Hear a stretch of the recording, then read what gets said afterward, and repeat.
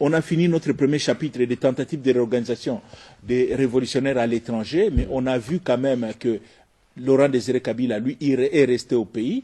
Aujourd'hui, nous allons voir aussi l'alliance entre les révolutionnaires congolais et des révolutionnaires rwandais.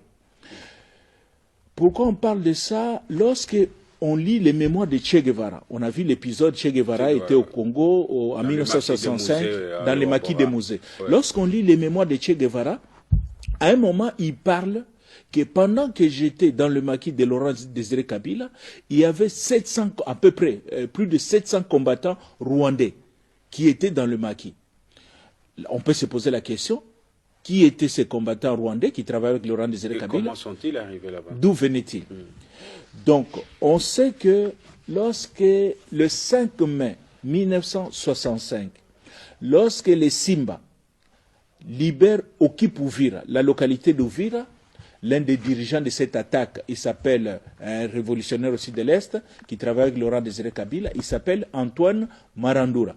Lorsque Marandura libère Ouvira, il y a une délégation de 30 combattants rwandais qui sont venus voir les Maï Maï, donc les Simba à l'Est. La délégation était dirigée par son président qui s'appelle François Roukeba. Ils étaient membres d'une organisation rwandaise qui s'appelle UNAR, Union nationale rwandaise. Donc ils arrivent à l'Est là-bas. L'UNAR, c'est une organisation qui a été créée dans les années 50 au Rwanda, qui combattait justement la colonisation. C'était une organisation très très sérieuse puisqu'ils avaient bénéficié quand même du soutien à l'époque de l'URSS et de la Chine populaire. Lorsqu'ils sont partis en exil, donc ces Rwandais de l'UNAR, ils partent en exil. Pourquoi? On a vu, on verra peut-être dans d'autres épisodes, il y a eu des massacres au Rwanda à partir de 1959, ce qu'on appelle la révolution Hutu. Les Hutus ont renversé le régime qui était là-bas, qui était dirigé par les Tutsis. Oui. Donc il y a eu beaucoup de massacres des Tutsis, et ces troubles-là ont duré de 1959 en 62. Donc beaucoup de Tutsis sont partis en exil. Ils sont partis en exil. On a vu, peut-être qu'on le verra après, il y a un groupe de réfugiés qui ont fui, Rwandais, Tutsis rwandais, qui ont fui le Rwanda en 1959 pour aller se réfugier en Ouganda. Leurs enfants vont revenir en 1994 en créant une formation politique qu'on appelle Front Patriotique Rwandais. C'est le groupe FPR, c'est le groupe de Kagame et de James Kabarebe. Oui. Kagame a fui avec ses parents en 1959, il avait 3 ans. Donc ça c'est le groupe. Mais il y a un groupe aussi qui est venu au Congo, donc les Roukeba là. Oui. Les François Roukeba, entre 1961-66, ils vont lancer 10 attaques contre les Rwandais pour libérer les Rwandais, mais à chaque fois, ils échouent. Alors, ils vont décider de changer de stratégie. Ils vont adopter une stratégie, je pense, avec, disons, 4 points. Le premier point, il dit, nous allons faire une alliance avec les révolutionnaires congolais. Il faut qu'on fasse une alliance. On ne peut pas continuer comme ça à se battre seul. Les Congolais du CNL, ouais. CNL Est. Donc, Laurent Désiré Kabila et ses camarades. Ses camarades, Soumialo et... Exactement. Non, les Soumialo, là, ils sont déjà partis. C'est Laurent Désiré Kabila, maintenant, qui est resté avec les Marandura. Voilà. De l'Est, oui. Et, deuxième point de la stratégie, nous allons aider les Congolais à libérer leur pays. Hein, nous allons nous battre avec eux au Congo pour qu'ils libèrent le Congo. Troisièmement, lorsqu'ils auront libéré le Congo, nous allons nous servir du Congo comme base arrière.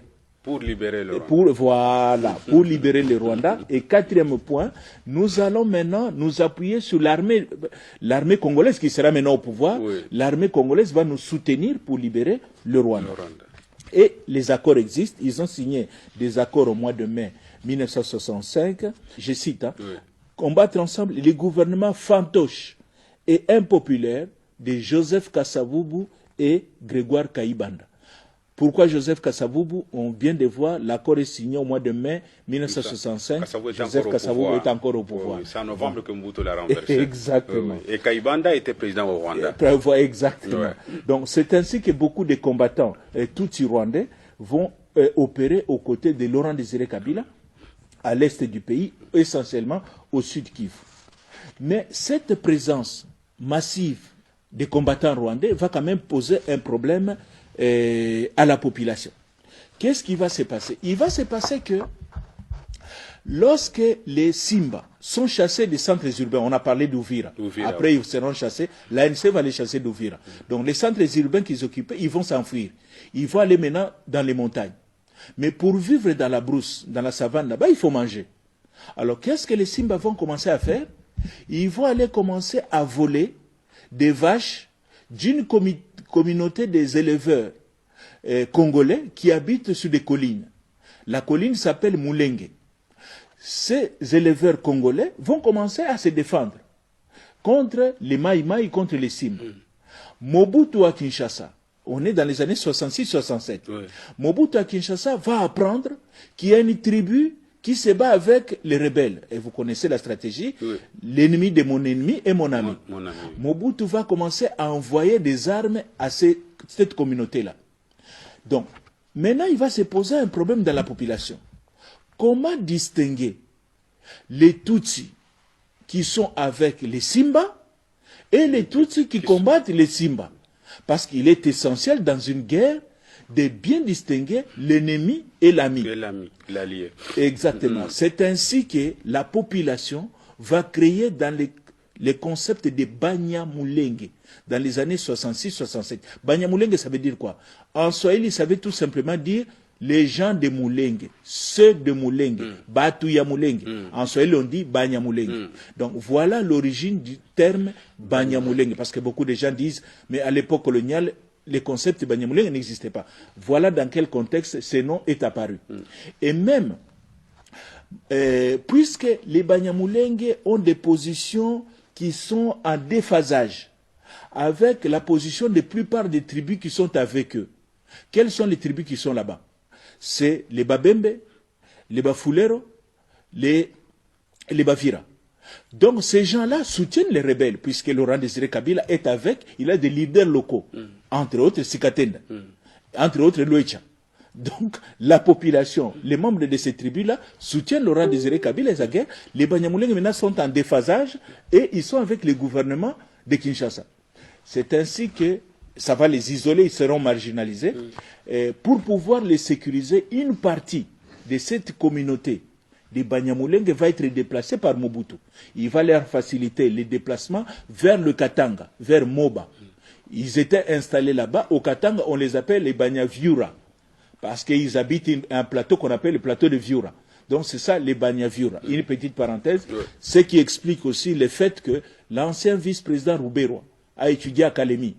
Il a étudié à Kalemi justement parce qu'il a suivi un cousin qui était parmi les Banyavura qu'on avait déplacé à cette époque. Donc on referme cette petite parenthèse des gens de l'Est. Maintenant, qu'est-ce qui va se passer? Il va se passer que pour les maréchals, dans le souci d'avoir un instrument politique, d'encadrement pour capable d'encadrer la population, le 20 mai 1967, le président Mobutu va créer son parti politique qu'il va appeler le MPR, le Mouvement populaire de la Révolution. La même année, exactement le 24 décembre 1967, Laurent Désiré Kabila va aussi créer son propre parti qu'il va appeler PRP, Parti de la Révolution populaire. Donc le 24 décembre, Nairobi, à Nairobi Kenya, et Kenya, Laurent Désiré Kabila va créer. Peut-être à ce stade ici, une petite leçon qu'on peut retenir de la politique. Il y a une leçon importante en politique qu'il faut retenir. En politique, je parle de la politique des États. En politique, il n'y a pas d'ennemi éternel, il n'y a que des intérêts permanents.